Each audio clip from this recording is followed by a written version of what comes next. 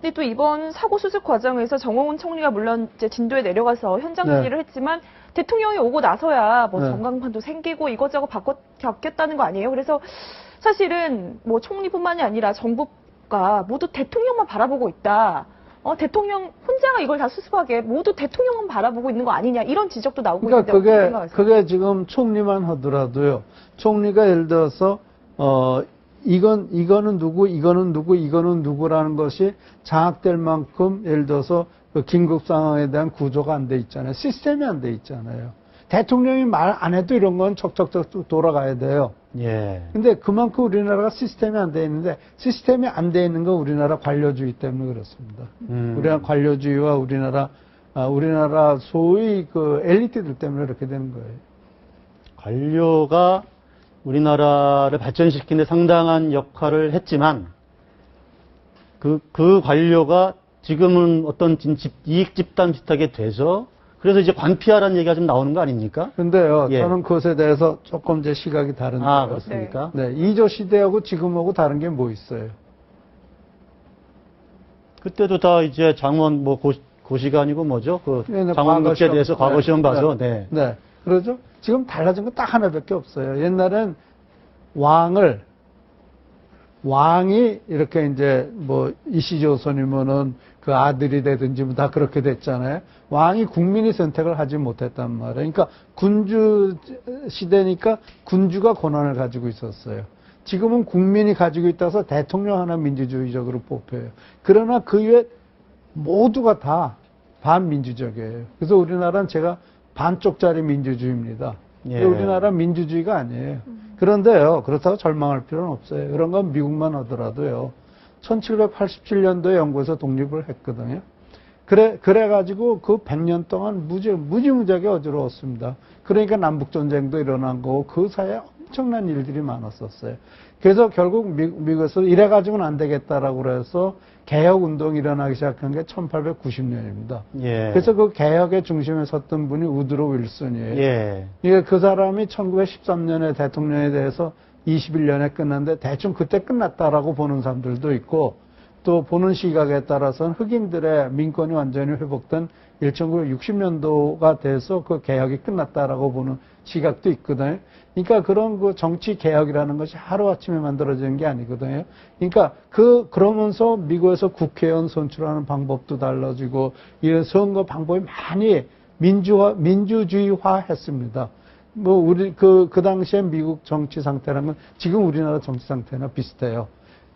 그래서 우리나라는 지금 건국하고 66년 됐단 말이에요. 예. 그러니까 지금부터 우리가 정치 개혁을 시작한다면은 늦지 않아요.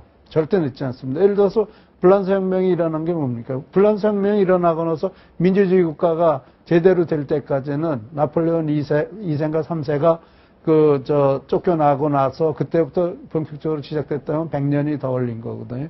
그러니까 민주주의라는 반쪽짜리 민주주의에서 시작해서 온전한 민주주의라는 과정을 거쳐가야 되는데 지금 네. 우리나라에서 이번이 지금까지는 국회의원들이나 소위 그 마피아. 저는 저기 뭐 무슨 마피아 하는데 네. 저는 엘리트 마피아라고 하고 싶어요. 네. 4대부 마피아. 4대부 마피아. 네. 그러니까 4대부는 옛날에 다 고시 합격한, 과거 시험 합격한 사람들 아니에요. 우리나라는 다 고시 합격한 사람들 아니에요. 뭐 무슨 고시 무슨 많잖아요. 예. 뽑힌 사람들, 시험 잘 치는 사람들이라고요. 예. 그 사람들의 집단이 대한민국의 권력을 다 가지고 있는 거예요. 그래서 생긴 문제입니다, 이게. 국민을 눈아래로 보기 때문에 생긴 문제예요. 네. 네, 그래서 이 모든 권력이 국민한테 돌아가야 되는데 아직 돌아가고 있지 못하기 때문에 지금 우리나라 사태가 이렇게 된 겁니다. 이런 어떤 시스템 개혁이라는 거, 네. 그게 아까 미국 말씀도 하셨지만 이게 네. 좀 뭐 1, 2년 새에 되는 게 아니잖아요. 이제 그러니까 저는 차곡차곡 쌓여서 제일 역사를 먼저- 만들어가는 건데. 네. 그런데 제일 예. 먼저 개혁이 될 부분이 국회라고 생각합니다. 국회 보세요. 국회의원 되려면 줄 서야 돼요. 줄 안 서고 국회의원 돼요? 줄 잘 서는 사람 국회의원 돼. 실력자한테 줄 서고 국회의원 되잖아요. 예. 그러면은 그 국회의원은 누구한테 충성해요? 국민한테 충성해요? 보스한테 하죠. 계보의 보스한테. 계보의 보스한테 충성하잖아요. 우리나라가 지금 국회가 왜 마비돼 있어요?